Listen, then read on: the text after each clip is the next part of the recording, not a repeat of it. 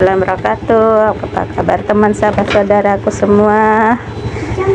Pagi hari ini kita mau ke pasar dulu, ikut bersama Tagus. Sehat selalu jasmani dan rohaninya, dipanjangkan umurnya, dimudahkan segala urusannya, dipelancarkan rezekinya, memiliki anak yang soleh dan solehah, beriman bertakwa kepada Allah Subhanahu wa taala. Tak lupa selalulah berzikir kepada Allah Subhanahu wa taala dan berselawat Nabi kepada Nabi Muhammad sallallahu alaihi wasallam. Selamat subuh, zikir sebentar, lanjut kita ke pasar. Habis dari pasar baru kita baca Al-Quran ya. Beli buahnya apa itu? Hari ini tidak ada melon. Nah, buat naga adanya buah pepaya, kita beli buah pepaya aja deh ya guys. Bismillahirrahmanirrahim. Allah Akbar. Ke Alfa ya. Ya. Nah, kita sampai ya, tutup. Tak lupa selalu bacalah Al-Quranmu setiap hari. Ditargetkan, dimampukan, dibisakan ya, baca Al-Quran. Dari perintah Allah dia harus dikorbankan. Seorang anak yang memang udah diwariskan oleh Allah menjadi seorang sosok nabi, dia menerima, dia ikhlas dan sabar mengerjakan perintah Allah Subhanahu wa taala. Jadi dengan keikhlasan dan kesabaran Nabi Ismail, Allah menurunkan, memerintahkan malaikat untuk menggantikan dengan domba ya. Makanya sekarang kita di Idul Adha ini berkorban dengan hewan ternak ya. Mungkin kita tidak sanggup kali anak kita yang kita korbani ya, tidak tega, makanya Allah Maha mengetahui.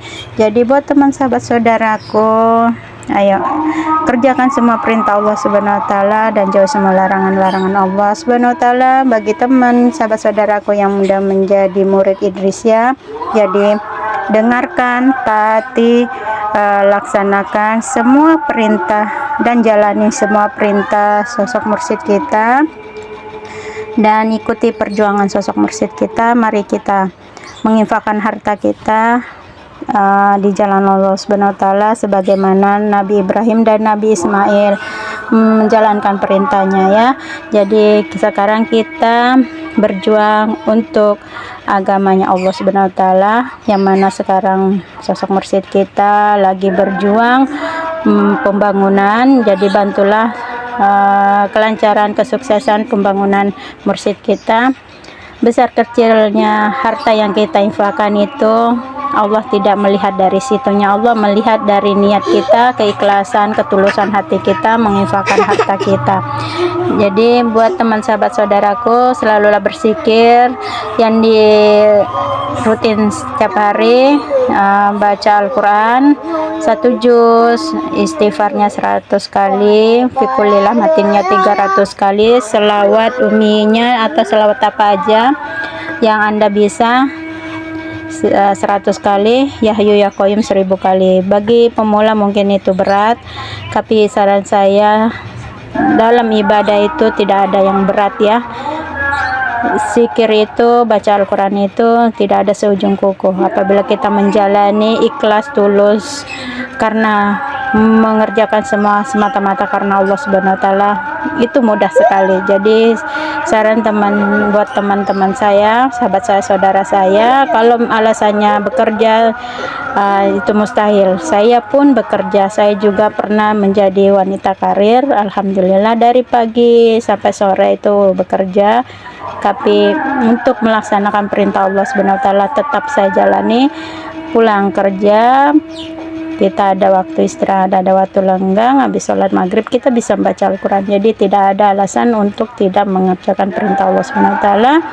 Jadi buat teman sahabat saudaraku, saya sayang Anda, saya ingin mengajak Anda kembali kampung halaman yang kekal abadi, yang begitu indah, yang begitu enak, yang dimana kita tidak perlu bekerja keras mencari nafkah, mencari apapun, dan kita juga tidak perlu sibuk seperti di dunia ini. Dan kita juga di sana nanti di akhirat kita tidak ada yang namanya mengerjakan sholat, mengerjakan puasa, zakat, atau membaca Al-Quran, tidak ada. Cuman yang kita lakukan di akhirat nanti, di surga nanti, penghuni-penghuni surga hanya membaca zikir saja, zikir dan zikir. Apa yang kita mau makan, apa yang kita inginkan langsung ada di hadapan kita. Itulah kekuasaan Allah Subhanahu wa taala. Jadi mari kita bersaing untuk hal kebaikan, mendekatkan diri kepada Allah Subhanahu wa taala. Buat teman sahabat saudaraku dimanapun Anda berada, apapun kegiatan Anda, selalu berzikir. Dan saran saya buat para kaum hawa, apabila menstruasi tidak ada pantangan untuk membaca Al-Quran ya, cuman tidak boleh megang Al-Quran. Buat diri saya hari ini saya tidak lagi membaca Al-Quran, tapi saya mempunyai aplikasi di HP saya baca Al-Quran 30 juz. Jadi saya tetap baca Al-Quran saya tidak mau tidak hatam 30 juz Al-Quran saya. Jadi setiap hari saya targetkan 2 surah saya harus baca. Tapi kalau udah surah pendek ya, semua surah pendek itu gimana caranya 2 hari itu saya hatam dari surah pendek-pendek itu ya. Nah ini sudah masuk lohar ya, ini udah azan, kita menunggu suami sambil sholat zuhur baca Al-Quran. Mungkin saya melalui HP ya baca Al-Qurannya ya. Dan apakah dari subuh sampai lohor ini teman sahabat saudaraku zikirnya udah berapa kali hatam ya? Ya ditargetkan, diusahakan, dimampukan ya. Mudah-mudahan teman sahabat saudaraku sehat selalu jasmani rohaninya, dipanjangkan umurnya untuk selalu beribadah kepada Allah Subhanahu wa taala.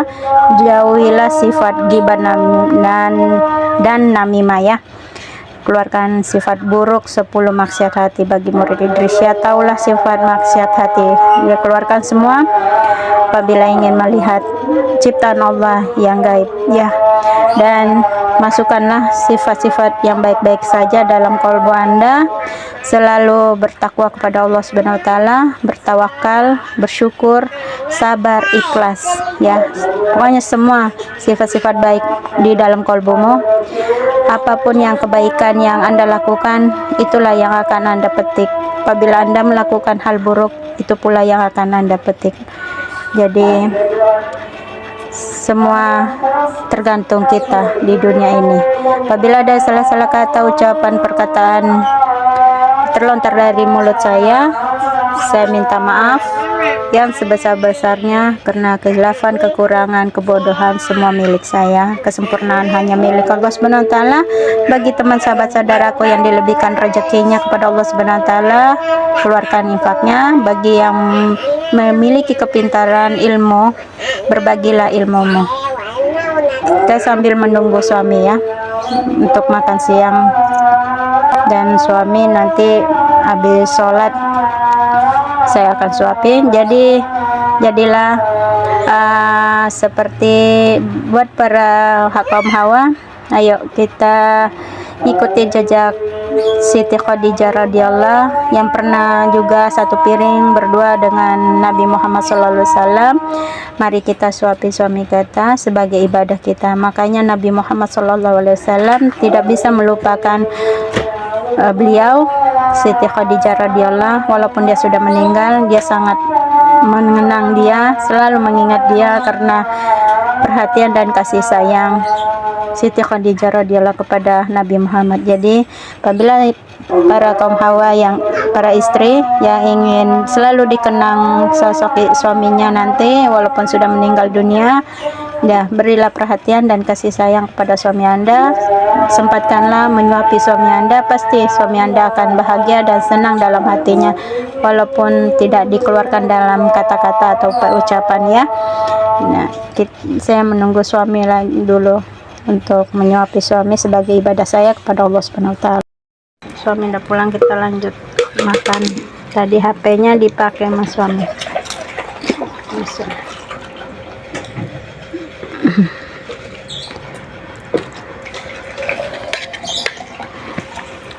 Nah, inilah kebiasaan saya sebagai ibadah kepada Allah SWT. Sampai di sini dulu video konten dari saya. Ini lagi makan siang dulu bersama suami. Satu piring berdua. Tusukannya di kardus. Suami minum pakai kerupuk ini. Selamat makan siang buat teman sahabat saudaraku. Ayo para istri, sekali-sekali suapin suaminya biar suami tambah sayang sama Anda ya, seperti Siti Khadijah radhiyallahu melayani Nabi Muhammad SAW. Jangan lupa selalu baca doa makan dan selawat Nabi. Assalamualaikum warahmatullahi wabarakatuh. Buat anak bujang saya, ini ada tempe, tahu, daging, sayurnya timun sama toge. Nah, inilah bumbunya di plastik dan kerupuknya juga. Ini anaknya udah mau berangkat kerja. Ini bujangnya udah mau berangkat kerja. Nih bekalnya nih. Setiap hari bawa bekal. Hati-hati ya. Nada sama si Akbar.